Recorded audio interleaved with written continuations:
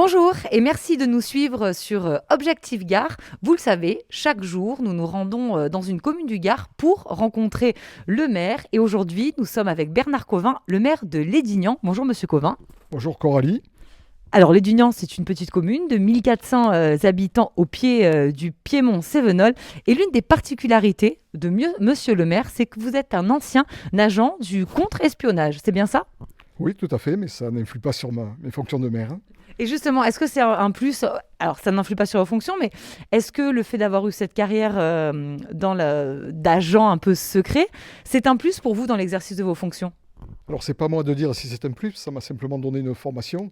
C'est celle d'aller chercher le pourquoi du comment et d'être curieux, tout simplement. Plus à l'écoute et de laisser les oreilles traîner.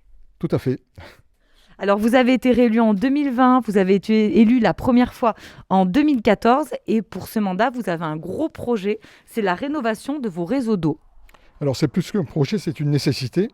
C'est qu'on a un réseau de distribution d'eau potable sur lequel aucun investissement majeur n'ait pu être fait depuis 35 ans, qui est intégralement rénové et sur lequel on a un taux de rendement qui est minable et limité par notre capacité de captage, notre autorisation de captage.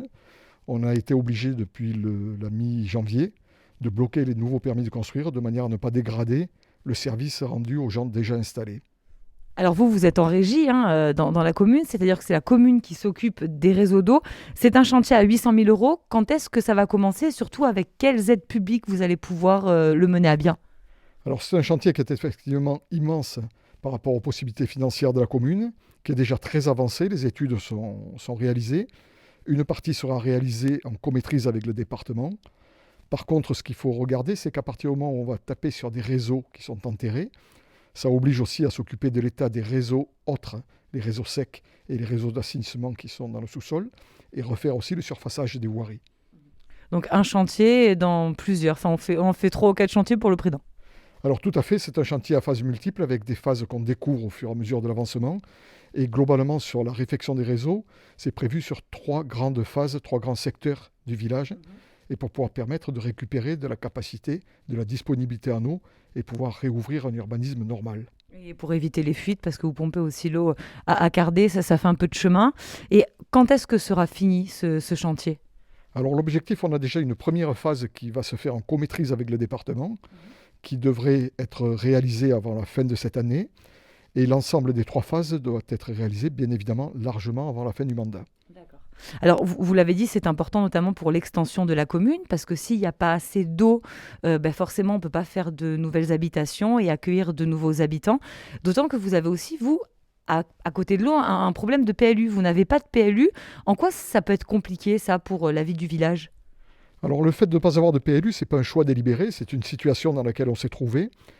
En ayant anticipé sur l'obligation d'avoir des PLU, on avait entamé la révision du plan d'occupation des sols et on n'est pas arrivé à trouver un dispositif qui soit équitable pour les propriétaires et qui soit convenable et acceptable pour les services de l'État. Oui, c'est-à-dire qu'en fait, la surface à urbaniser, vous n'étiez pas d'accord avec la préfecture. Elle disait qu'il y avait trop de terrains qui pourraient être constructibles. Et vous disiez, non, justement, on a besoin de ces terrains. Tout simplement, c'est exactement ça. C'est qu'en fait, dans la disponibilité et le potentiel à construire de la commune, les services de l'État considèrent qu'il y a une disponibilité immédiate, la possibilité de la mise sur le marché immédiatement de l'ensemble des parcelles disponibles, et ça ne prend pas en compte la rétention foncière, et ensuite aussi le choix des habitants de vivre sur des parcelles un petit peu larges, au moins sur les parties extérieures du village. Mais vous allez remettre ce chantier à l'ouvrage. Tout à fait. De toute façon, on ne peut pas rester dans la situation de règlement national d'urbanisme, et il faut qu'on arrive à trouver, avec la concertation des habitants, une solution avec, une concertation, un consensus avec les services de l'État. Oui, parce que c'est compliqué d'être comme ça, parce que c'est la préfecture aussi qui autorise les permis de construire. Et puis en cas de litige, si la préfecture dit non et vous oui, de toute façon, l'administré, il vient s'en prendre à vous. Tout à fait. Pour l'administrer, le guichet unique, c'est la mairie, et le signataire des autorisations ou des refus, c'est le maire. Par contre, le maire est impérativement soumis aux exigences de la préfecture. Ça vous met en porte-à-faux et c'est pas très, très sympa quand on est maire. Une autre problématique sur Lédignan, c'est votre offre médicale. 2 des 3 médecins sont ou vont partir à la retraite. Et aujourd'hui, vous avez peur de perdre justement cette offre médicale pour vos habitants. Tout à fait. Alors, comme l'offre commerciale, l'offre médicale, ça faisait partie des éléments d'attractivité du village. On avait le luxe, si je peux dire, d'avoir 3 médecins généralistes, Sur les 3, un est déjà parti à la fin de l'année 2020. Un annonce et fondé à demander son départ à la retraite, prendre son départ à la retraite à la fin de l'année 2021. Et on est en recherche de solutions, de reprise du cabinet médical, de création d'une maison médicale, d'aide à médecins généralistes, mais d'arriver à maintenir cette offre de soins à la population. Et surtout, vous avez une patientèle qui est importante parce qu'au-delà des habitants de Lédignan, votre ville est située un peu sur un carrefour de grands axes et c'est fréquenté par les habitants des villages environnants.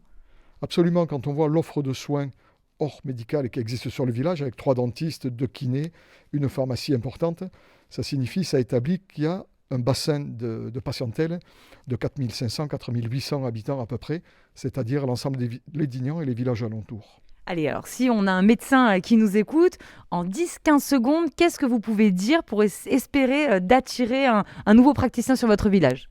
Alors ce que je suis susceptible de dire, c'est que d'abord la vie est agréable à Lédignan, où l'ensemble des services sont là, de la crèche, Dites-leur, allez. de la crèche jusqu'au collège, et qu'ensuite la commune est ouverte à pouvoir trouver toute solution pour rendre encore plus attractif sa venue sur le village. Donc renseignez-vous, prenez contact avec nous, on est à votre entière disposition. D'autant que le maire, sous ses aspects un peu timides et un petit plaisantin, rigolo et manque pas d'humour, on vous montre. Est-ce que vous pouvez nous lire ce qu'il y a sur cette plaque qui est au-dessus de votre bureau normalement? Alors j'en suis pas l'auteur, mais j'assume complètement ce qui est écrit, même si c'est anecdotique, c'est que le jour où l'on enfermera les cons dans les placards, il restera peu de monde pour refermer les portes. Et ça, c'est l'un de vos adjoints qui vous l'a offert. Tout à fait, il me connaissait bien. Très bien, comme ça donne aussi un... Comment on dit ça remet un peu les choses à sa place et un peu de modestie et d'humilité. Tout à fait, on n'est pas obligé de parler sérieusement des choses sérieuses, mais on peut les traiter avec humour ou distance. Eh bien merci, et on reviendra dans votre commune pour savoir si vous avez trouvé ce praticien. Ça sera avec plaisir, je ne manquerai pas de vous faire un signe et de vous remercier si vous y avez participé. Merci.